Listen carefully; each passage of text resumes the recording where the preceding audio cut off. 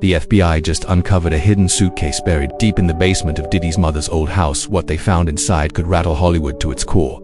On June 21st, precisely at 5:17 a.m., the quiet suburban streets of Mount Vernon, New York were shaken awake not by sirens, but by a fleet of unmarked FBI vehicles. They came prepared with an emergency warrant, zero hesitation, and a targeted objective.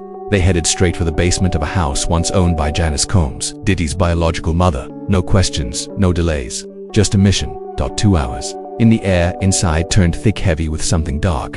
Forensics teams arrived, armed with 3D scanners, ground radar, and demolition tools. And finally, behind warped wood and broken concrete, they found a plastic-wrapped corpses, multiple decomposed, and one of them, possibly a minor. A source close to the investigation says at least 3 bodies were recovered stacked, partially rotted, hidden in a space not meant to be found. When the first leaked photos surfaced, grainy but unmistakable, the internet froze. Was this the final secret Diddy thought he'd buried right beneath his own mother's home? Part 1. The Dawn Raid. When the FBI knocked on hell's door that morning, while Mount Vernon slept, the FBI moved with surgical precision. No flashing lights, no warning, just the cold knock of federal agents, followed by a coordinated entry. This was not a random tip-off, it was planned down to the second. Back at FBI HQ in New York, an urgent meeting was underway. DOJ officials, criminal profilers, and financial crimes investigators in one room, analyzing what had just been uncovered.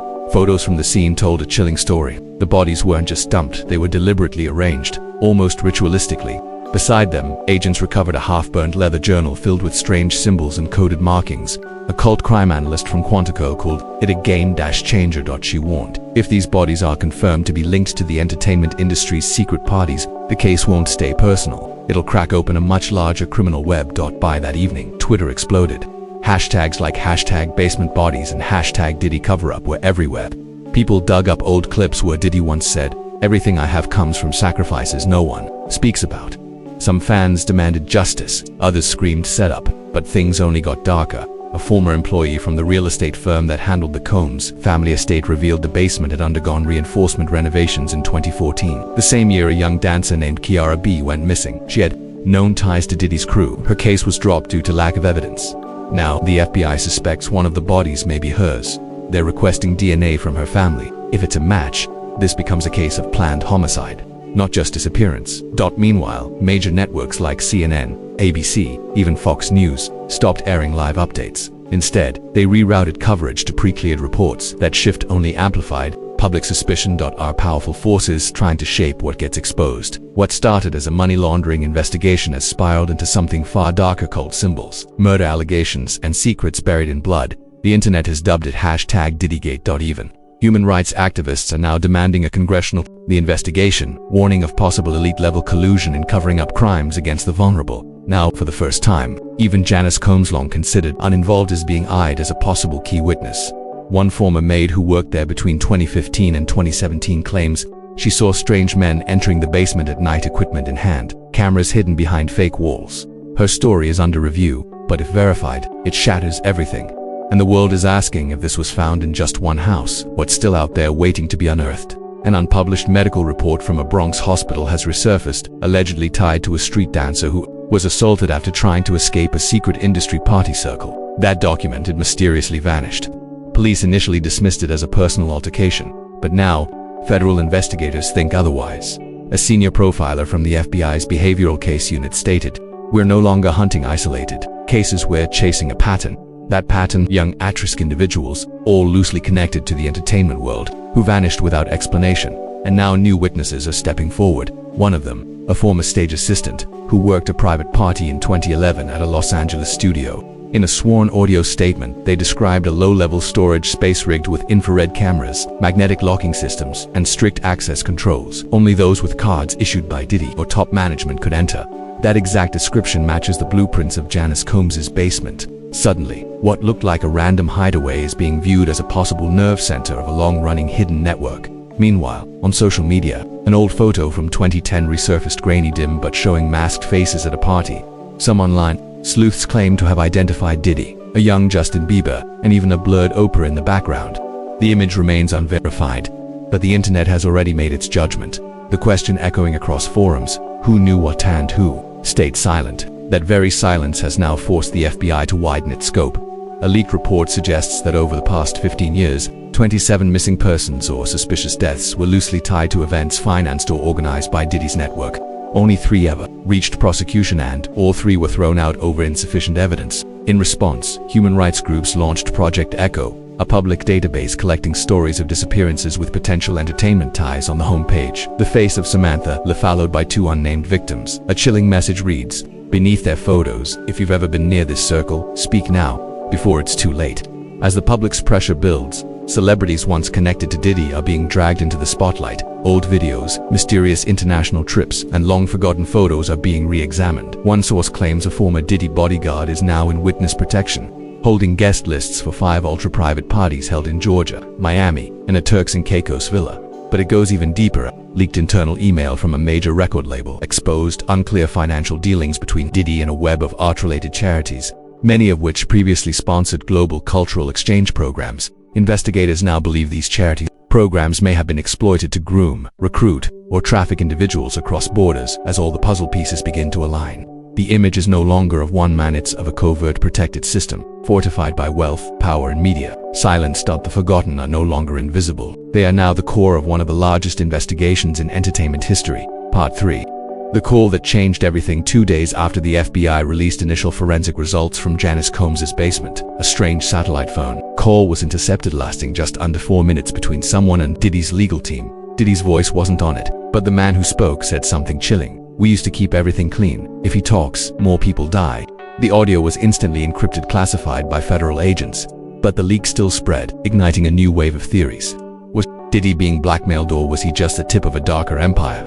That same day, the FBI transferred in Reuben Tate, a legend in federal circles, known for exposing organized crime rings within Hollywood. He'd taken down a West Coast labels laundering ring in 2017, and now he was here, with a task force focused on celebrity politics crime connections. Every lead pointed to a private island in the Bahamas, registered under the name of Diddy's former tour manager. Satellite logs confirmed it had hosted dozens of unregistered jet landings, often at odd hours with no clear passenger records. Insiders had whispered for years about a second island used by the elite, but no one had proof until now. Satellite images revealed structures resembling hidden film sets, and at the island's center, a statue of a lion's head identical to a tattoo once sported by a known celebrity in Diddy's circle who vanished from public life in 2021. Theories swirled, but the FBI followed the money. One anonymous Swiss bank document showed over $11 million drained through crypto wallets, then cashed at ATMs in Nigeria, Malta, and the Dominican Republic. The passport used to open that account belonged to a dancer believed to have died after performing in Diddy's 2012 show. As the picture came together, investigators saw a closed-loop network: fake IDs, rented homes, covert casting events, and at the heart of it all, Diddy.Pot, FOUR, the whisper behind bars. In June 21st, surveillance footage from inside MDC prison leaked. In it, Diddy was seen pacing, whispering to himself for 47 straight minutes, his face strained, eyes hollow. There was no audio, but a professional, lip-reading expert analyzed the footage. Over and over, he repeated one phrase: "My son, ... don't let them take Mom." Was it a warning, a plea, a coded message? Suddenly, the FBI's focus shifted. It wasn't just about crimes anymore. It was about the architecture of power. The hidden thought ran one of the most powerful celebrity empires of the 21st century. Quincy had stayed quiet, avoiding all public statements about his godfather's legal storm. But inside FBI files, something unexpected came to light. An old BlackBerry once believed destroyed. Turns out, it still existed. Gears at exactly 3:27 a.m. During a silent federal raid at a storage unit leased through a proxy. A man who once served as a production assistant for Diddy in 2010. That phone was quietly seized. What they recovered, enough to stop the entire investigative team in their tracks. The device held hundreds of encrypted messages, behind-the-scenes photos from classified events, and multiple audio clips, including one where a woman screams for help, a man's voice commands lock the door, and then Quincy's panicked whisper, "This is getting way out of hand." But that wasn't all. The FBI broadened their scope, targeting 2 of Diddy's most visible cultural allies, Oprah Winfrey and Ellen DeGeneres. Despite once being the face of the #MeToo movement, Oprah had remained completely silent about the growing allegations. Meanwhile, Ellen, whose talk show once dominated daytime TV, had abruptly relocated overseas, shutting down her entire Los Angeles studio overnight. A former Ellen employee, speaking on condition of anonymity, claimed, "I never saw it myself, but there were whispers." She kept a handwritten contract with Diddy. No one else was allowed to touch it. While the public speculated, The feds moved fast, issuing emergency subpoenas to 3 high-profile attendees of past Grammy after-parties. One of them, a designer who had worked closely with Kanye, had vanished earlier in the month. By the time the FBI reached his Manhattan residence, the apartment was cleared out, security cameras removed, and the only clue was a photo showing him departing for Monaco on a diplomatic passport issued by a Central American nation. At FBI HQ, Agent Reuben Tate stared at a web of red lines pinned across network maps on the wall. Names, accounts, properties. Diddy was at the center of it all. But what caught Tate's attention was a $2.8 million wire sent from a Bahamas investment firm to a Vancouver post-production studio. That same studio, which had worked on several of Diddy's videos, was also caught hiring unverified Craigslist actors, a practice nearly unheard of in major productions simultaneously. A covert mic planted in Diddy's childhood Harlem home captured an audio exchange between 2 unidentified men. One whispered, "He knows more than we thought." Voice recognition software flagged one of the voices as a former legal aide who defended Diddy back in 2018. That moment forced Quincy to appear before a federal grand jury. Under tight protection, he wasn't charged, but his testimony sent shockwaves. Behind closed doors, no cameras, no leaks, until a lawyer present gave the press a sliver of insight. Quincy cooperated. He even turned over audio recordings from 2016, featuring famous singers, music producers, and someone who once held a federal position. By nightfall, the hashtag Quincy knows everything took over Twitter. Law firms began dropping Diddy as a client. The illusion of protection began to shatter.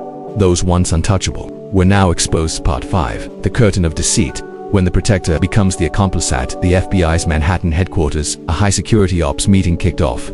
This wasn't just about Diddy anymore. The focus had shifted to the infrastructure, the network of protectors, fixers, and insiders who kept him untouchable for over 2 decades.